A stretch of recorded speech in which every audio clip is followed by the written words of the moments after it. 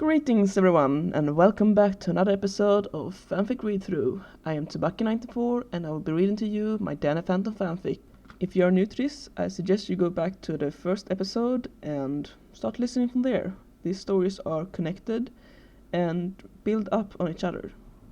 So, with that said, put your headphones on, get that cup of tea, snuggle up in your perfect corner, and let's begin. Life's Trial, Chapter 15 to 16.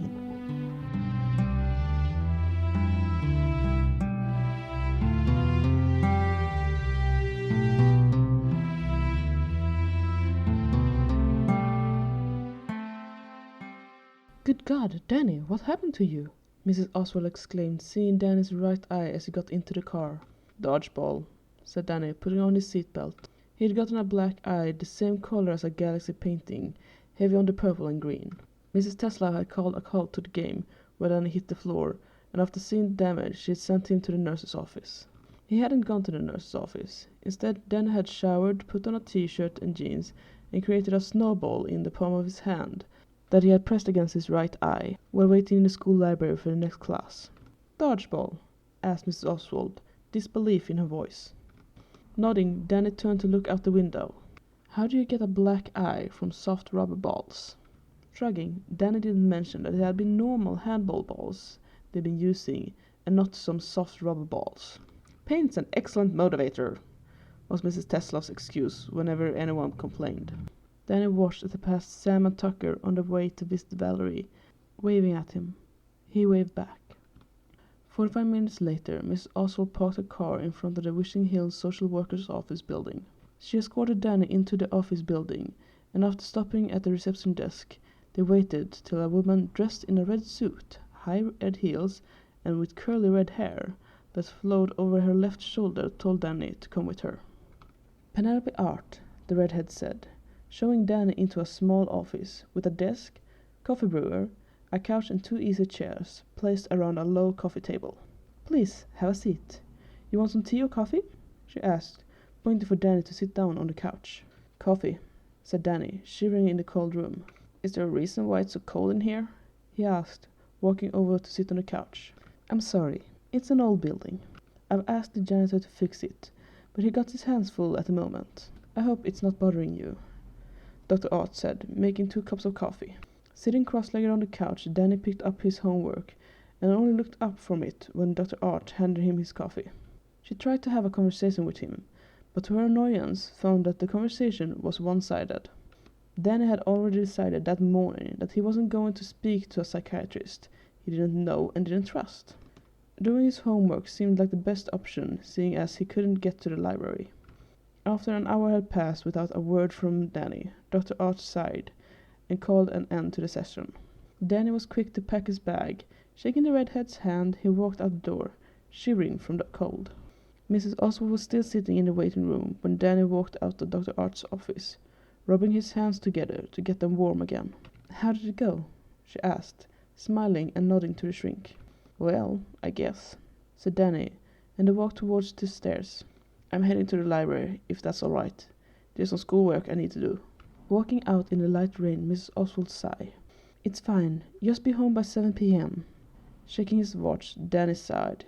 He had 2 hours before he had to be back at Mrs. Oswald's house.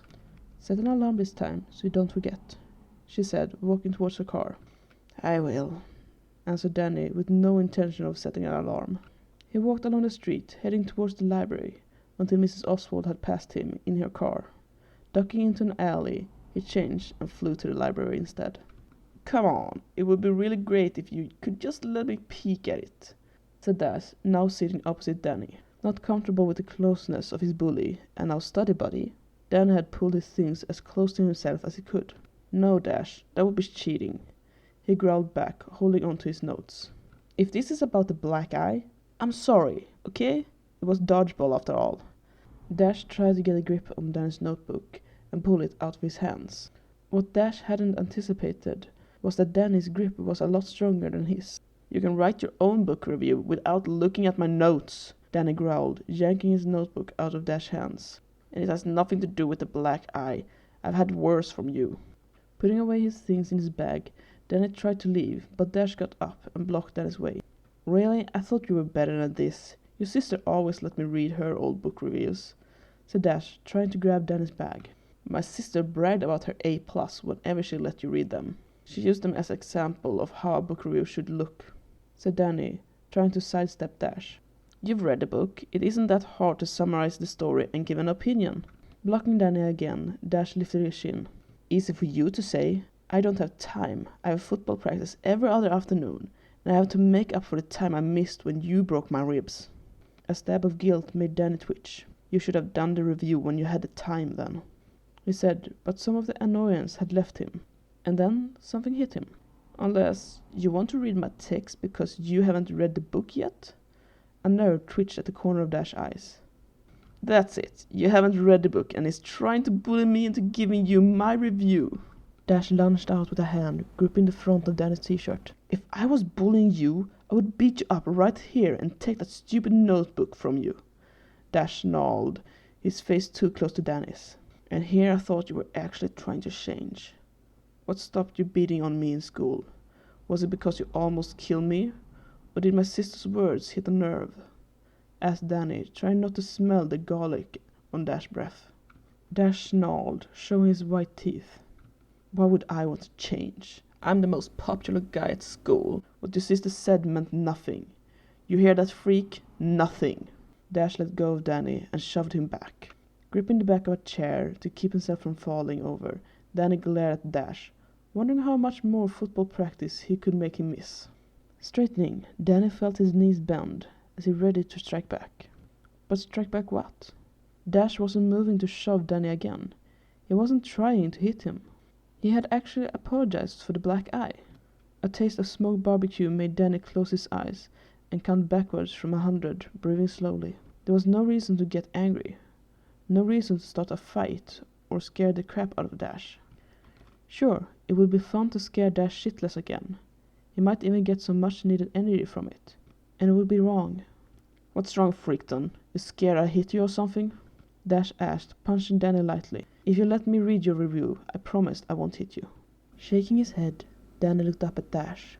Why don't you read the book first? Then I'll let you read what I wrote. Danny could feel his hands shaking and quickly hid them in his pockets. That was stupid.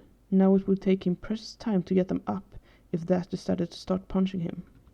We have what, 2 days before the review is due in on Monday? I can't finish that book in time to write a fucking review. Dash crossed his arms in front of him, clearly having made up his mind. 11 hours and 10 minutes, said Danny, picking up his phone from his pocket. If you skip past the end, it might be more like 10 hours. Looking up at Dash, Danny smiled. The big bully had a priceless expression of confusion on his face that was quickly hidden behind a mask of anger. You might read that fast, but I don't have the time to sit for 11 hours. Neither have I, shrugged Danny. And it won't be you reading.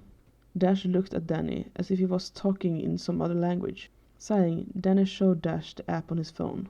It's called an audiobook. You download it and then pretend you're listening to music.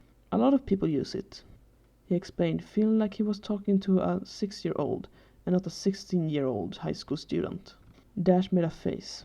That's for stupid people who can't read, he said, looking away from Danny's phone as if he was going to get stupid by looking at it. It's for people who have trouble reading, are slow readers, dyslexic, or are actually blind. You can be a nuclear scientist and still enjoy listening to a book. The point is, you don't have to sit still and read. You can walk your dog or work out at the gym, and at the same time read a book. Then he sighed, putting down his phone. I'll give you the book. You can just play it on your phone or iPod if you want, but I won't give you my text. He didn't say that the text was only 4 sentences long, and he still had 2 hours left of the book. It showed when Dash was thinking over a hard problem. He always chewed on his lower lip and avoided looking at anyone. In the end, he agreed to try Danny's audiobook, and he went in search of a computer to copy the files over from Danny's phone to Dash's iPod. End of chapter 15. Chapter 16. Friday night was apparently pizza and movie night in the Oswald house. Cody, who'd been home just before dinner every other night, was home early, and it was apparently his turn to pick a movie.